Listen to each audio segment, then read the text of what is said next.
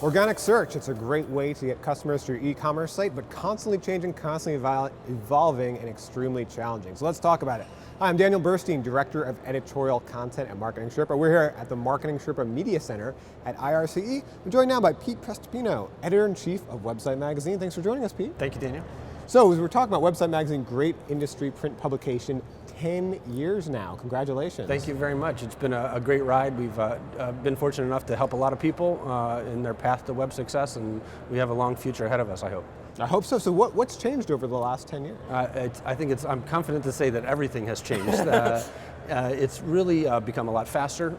It's become a lot more obviously digitized in the sense that everything most businesses do today is tied to the internet in some capacity. So that's forced us to do a lot of interesting things in terms of optimizing the customer experience. And I think a lot of retailers are excelling at it, and some are still struggling. So we're trying to help everybody just do better in the future. Yeah, so we talk about optimizing that customer experience. I mean, one of the things that ties very closely in there is organic search, right? How do we optimize the experience while getting the right, things on our site to get the people to our site? And a lot of challenges customers have had and marketers have had is the constant changes to the algorithms. For example, Google's algorithm changes. They see traffic go up, they see traffic go down. They don't know what to do. What's some advice you have there for? Well, I think the first thing is don't panic. I think that if you're focused in on providing a customer or an experience that is informative and educational and entertaining in some respects, you're going to establish some loyalty with that user.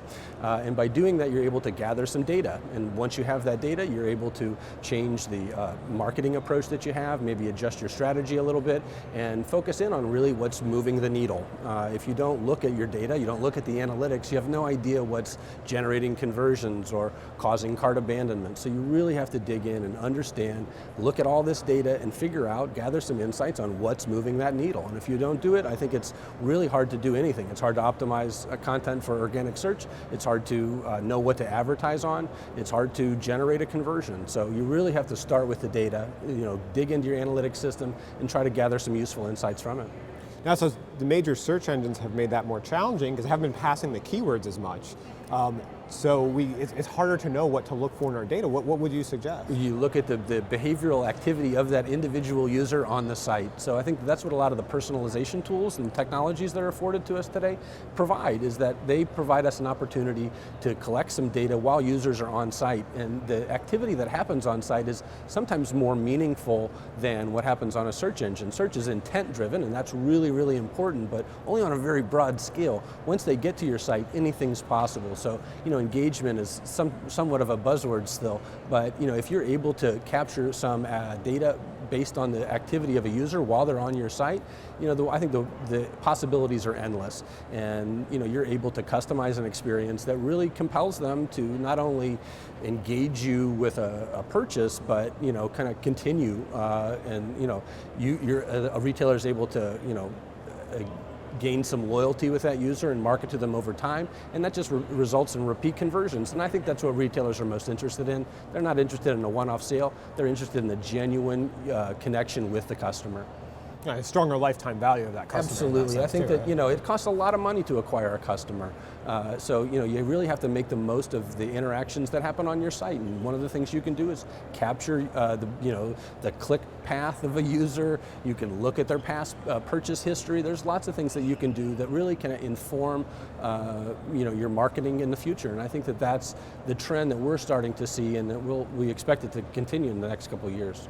Okay, so as we talk more about some of the algorithm changes at Google, for example, they usually have cuddly names like Panda and Penguin, right? So a recent change was so terrifying that it was called Mobilegeddon. Right, yeah. So what should we think about when we're trying to optimize for mobile devices, both for organic search and getting people to those devices, and then, as you said, that experience, keeping them coming back? Certainly. I think that if a retailer or anybody, an information publisher or a service provider, had looked at their data and said, half of our users are mobile, they would have already known that they should have developed an experience that was mobile friendly or mobile compliant in some regard. Regardless of search, right? Regardless of search. And if they had done that and had created a customer experience that could have been seen on a mobile phone or a smartphone or a tablet or even a desktop, and they knew that a user would have a similar experience, maybe not the exact same experience, but a similar experience.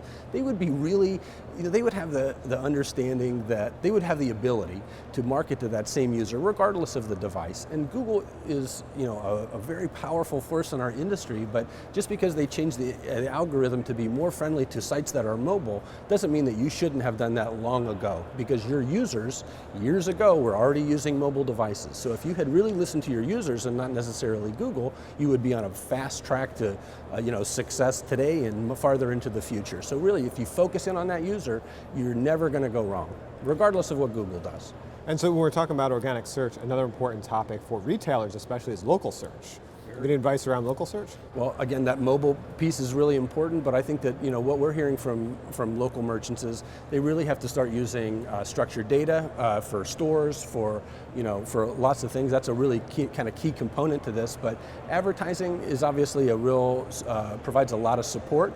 But again, the social aspect of the SOLO-MO is what we call it, social, local, mobile. The integration of all three of those is really important. So I think if you're active socially, and you're following all the necessary technical criteria like structured data, or schema markup, you're going to be in a really terrific position to at least capitalize on that. Google does a lot of the technical legwork, so to speak, in terms of showing results that are local and local, and it's just, I think that they're doing the legwork. As long as you present an experience to users that is local, I think you'll be fine.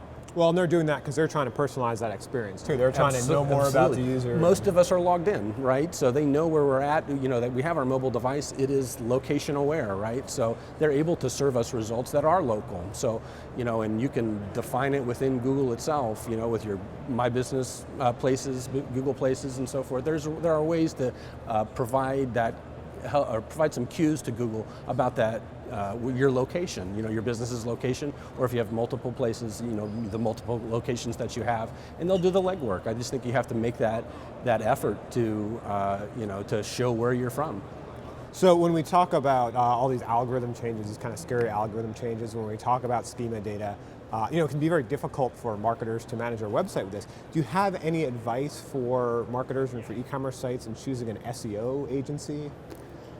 It seems like a different language. It can. I don't think it's, I think that, again, I think if you understand your customer, I think that most of the work is done for you, and if you understand their behavior and what they're really interested in, a lot of this is pretty easy. I think a long time ago, 10 years ago when we started, we used to use words like, or phrases like keyword density and, H1 tags and all these, rather what we call now very rudimentary, techniques to optimize your presence. But now I think that if you have a good platform and your heart is in the right place in terms of I'm focused on the customer and providing the customer information that they want and the data that they need, then you're going to be in good shape. It still is about providing content that users need and providing it when they need it, and and providing an experience that they can do what you want them to do, which is convert, engage, and generally continue using your business.